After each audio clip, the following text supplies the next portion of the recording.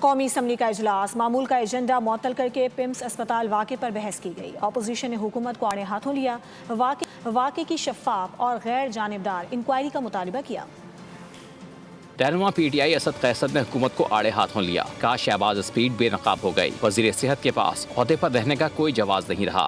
اس cabinet کو اور اس نے جو اسلام آباد کا حلیہ کر دیا ہے۔ وزیر قانون اعظم نذیر تاڑ کا کہنا تھا کہ وزیر اعظم نے 2 کمیٹیاں قائم کی، تفصیلی رپورٹ 7 روز میں آ جائے گی۔ شام تک انشاءاللہ العزیز آ جائے گی جی، اس کے بھی جو کنٹینٹس ہوں گے وہ شیئر کر دیے جائیں گے، اور انہیں مزید یہ ٹاسک سونپی گئی ہے کہ اس کی جو ایک ڈیٹیلڈ مفصل رپورٹ ہے وہ 7 جون کے اندر وہ دیں گے۔ رہنما پیپلز پارٹی راجہ پرویز اشرف بولے، ہر سانحے کے بعد کمیٹی بنا دی جاتی ہے، کچھ روز بعد ہم سانحے کو بھول جاتے ہیں۔ آپ کی کمیٹی جو ہوگی، میں سمجھتا ہوں یہ پارلیمان کی ذمہ داری، اگر ہماری یہ ذمہ داری بھی نہیں ہے کہ اتنا بڑا واقعہ ہو جائے اور اس پر ہم کوئی ایکشن لیں، تو پھر کیا ہماری ذمہ داری یہی رہی ہے کہ ہم ایک دوسرے کو گالیاں دیں، یہاں پر ایک دوسرے کا چہرہ نوچیں؟ ایوان میں سانحہ پمس متاثرین کے لیے دعا بھی کی گئی۔ قومی اسمبلی کا اجلاس غیر معینہ مدت کے لیے ملتوی کر دیا گیا۔